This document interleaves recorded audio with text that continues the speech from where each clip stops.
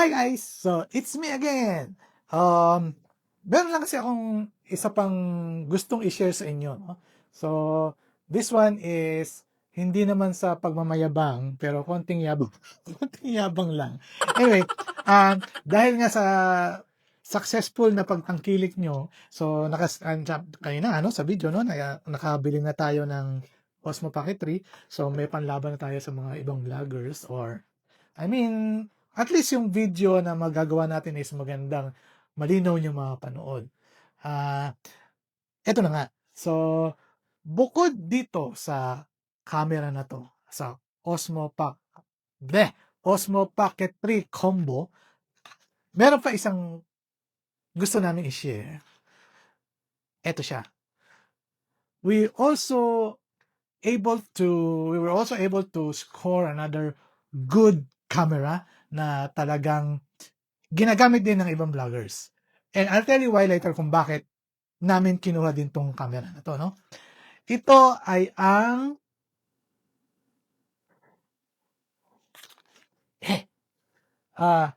Insta360 Go Ultra. Okay? So, now, ito ay isa ring magandang camera and marami ding nagamit ito. Nakita nyo na sa box. Dami rin. Now, to give you an overview kung bakit namin kinuha to, meron naman ito. So, anong difference? Yon ang gusto namin i-share ngayon. Okay? Umpisahan natin sa ano ba talaga itong camera na to. So, this is the Insta360 Go Ultra. Okay? Small compared to the Osmo 3. Okay? So, though yung screen size, mas malaki yung screen size ng 360, ng Go Ultra. Oh, by the way, merong Insta360 Go Ultra, may Insta360 Go, Go 3, something like that, Go 2, I don't know, Go S, sorry. Insta360 Go S. Insta360 3S, yun pala, sorry. Kasi honestly, hindi ako masyadong dito sa 360. Yung partner ko, si Grace, ang gagamit kasi nito. Ako talaga, the best, DJI. DJI, baka naman. So, DJI talaga ako eh. Yung drone ko, DJI, may drone.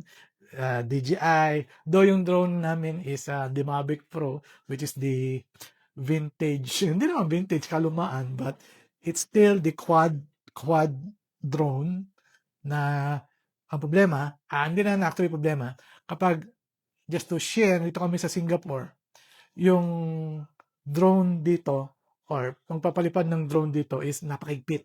So, ang dami mong permits na paano kunin and only selected areas lang na pwede kang mag-drone. So, kasi nga, maliit ang Singapore, maraming airports, so hindi ka pwedeng basta-basta magpalipad. Okay? So, I just want to share that. And that is DJI. Doon pala, no? Ba't ba napunta nun? Basta it's all about DJI. So, ako, DJI Mavic Pro, then meron din akong DJI Osmo Mobile, yung 4, yung handheld na gimbal. And then, yun nga, nag-shift na tayo siya, medyo siya Osmo 3. Okay? So, this one will be used by a shy vlogger, which is si Grace. Ako kasi, siguro nasanay na ako, madaldal talaga ako eh. So, daldal. Siya, medyo shy type siya, kaya ito yung pinili niyang gamitin. So, ano ba ang big difference? As a shy type vlogger, bakit ka gagamit ito? Number one, this one is detachable. Detachable siya. You know why? Kasi this one, pwede mo siyang i-attach somewhere here. And then it's hands-free. Actually, I just want to share, ito yung kanyang, what do you call this? The magnetic plate, something like that. So, it's like a pendant na susuot mong ganyan. Then, ilagay mo sa loob ng damit mo. And then, pwede mo siyang hidikit ng ganyan. So, pwede ka ng hands-free. Di ba? And kahit saan, magnetic siya, pwede mo siyang ikabit. That's one reason. So, kung shy type ka, basta, number one, kasi mahilig kami magbike, so, makakabit na siya dyan, then nagbabike kami. O, di ba? Unlike, nagbabike ka, meron ka nito, paano yun? Mahirap yata, no? Although, may mga nabibili ding mounting na para sa bike, pero delikado eh. Kasi, and one thing else is kapag nagbabike ka, syempre may mga humps. So, yung not necessarily na may gimbal siya, may stabilization, meron pa rin certain hump o bump na nakikita sa video. But there are some vloggers like foreign vloggers. I haven't seen any from the local ones sa Pilipinas. May mga foreign vloggers na merong kino-customize siya, bumibili ng mga third party na mounting, and the best thing is you can kabit din sa dibdib mo. So hands-free ka na. But still, compared to this one, it's very small. And this one, maaring gumalaw pa rin, ano? And this one, talagang steady siya. Yun ang number one difference ng, isa sa mga difference ng Cosmo 3 at saka ng Insta360 Go Ultra. Yun ang, and then, eto pang isa, since hands-free siya, take note since hands-free siya, pwede mo siyang ikabit kung saan-saan, so that means pwede ka lumayo. Like kung may selfie or, selfie video o selfie photo na ganyan. So, dito ka sa DJI, kita mo dahil may monitor, right? Pero hawak mo, di ba? And there's a certain distance na ganyan lang. Okay? So, sa 360 Go Ultra, malayo siya, di ba? And with this guy, connected siya dito sa monitor. Right? So, for example, ito, kinabit mo sa malayo, ching! Sa malayo siya. Then, kuha ka, video. So, hindi mo alam kung ano itsura mo, di ba? Pero, secretly, may monitor ka. Pwede mo siyang makita rito. Remotely connected dun sa ano. Di ba? So, that's one feature na I think very useful para dito sa Insta360 Go Ultra. Okay? But, sasabihin ng ibang vlogger, hindi, pwede rin to. Pwede rin to na remote. Ano, itayo mo siya dyan. Then, ang option naman ito is to use your cellphone. Because ito kasi is you can connect to what we call the DJI Mimo app. So, doon sa DJI Mimo app, connected siya.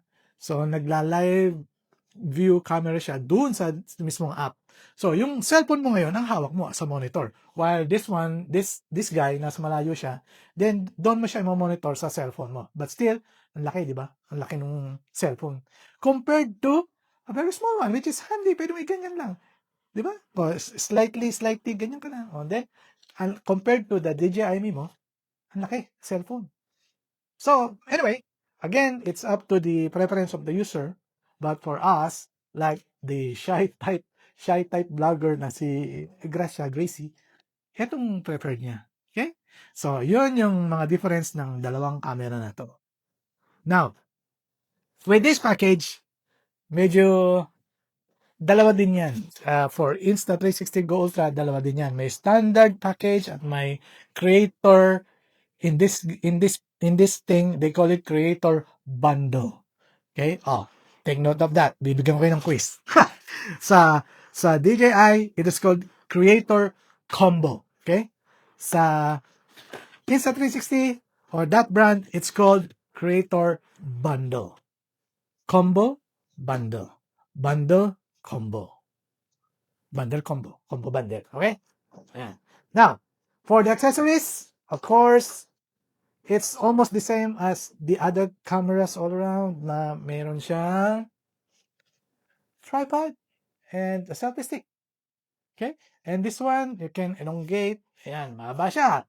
So, again, big difference. This one is like that. This one, kahit malayo, pwede. Di ba? So, yung difference niyan. And this guy, though it is sold separately, meron siyang remote. May clicker. Di ba? Nice. Part of this also, itong tripod na to, I guess, kasi I think it's standard. Kung meron kayong GoPro, maybe, bili din tayo ng GoPro.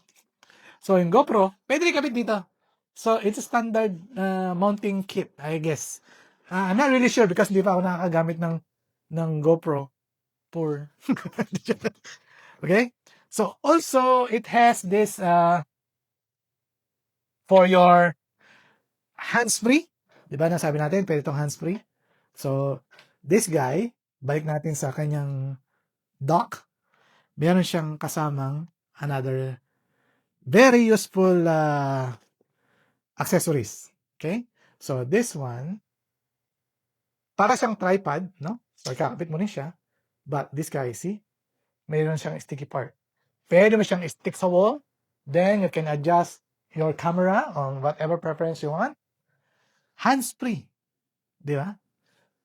Nice. So, another accessory for this one is this. Ito, napaka-importante rin ito. It's a clip. It's a very useful clip. I'll show you. So, since this guy is a magnetic itself, so pwede mo siyang i-kabit dito. Right? So, I guess you can now predict para saan to. So, this one, you can clip it to, like, for example, here. For a cap. Pwede siyang ikabit dito, right? So, i-clip mo lang siya dyan, and then, isusuot mo siya, and then you can juggle around. See? Kita mo? Wait, nagugulo yung buhok ko. So, yan. So, ito sa isa sa importante or very useful na accessory. Pwede mo siyang i-clip, right? Though magnetic, pwede mo siyang i-clip. I think it's, yeah, useful thing. So, yun ang mga kasama accessories. Then, of course, may mga kasama rin siyang cable for charging. It's a standard thing. Alam nga namang walang kasama. Paano mo i-charge, di ba? So, yan. Ang isa lang na hindi namin nagustuhan, ano? Kasi minsan kami, I think kung mapapansin nyo dito sa house, puro white. Di ba? Puro white. So, minsan black. Di ba? So, yan yung pagkakaiba namin. So, ako is more on black. It's all black. Now, si Gracia, gusto niya, white. Gusto niya all white. But, it's so disappointing, pagbukas namin ng bundle, though, these are all white, right? Pero yung accessories niya black. Insta360. Baka naman, gusto niyong gawing white. At least, consistent, di ba? Oh. So, though, hindi natin alam bakit ganun. Maybe because, kasi nga ito, pwede mo gamitin sa ibang camera like GoPro. Kung GoPro mo itim, di ba? So, maybe like that. Though, hindi naman siya big deal. It's just preference nga. Gusto lang namin ng white kasi mapuputi ang aming budi. Joke. yun. Okay guys, so, yun yung malaking difference or yun yung difference ng Insta360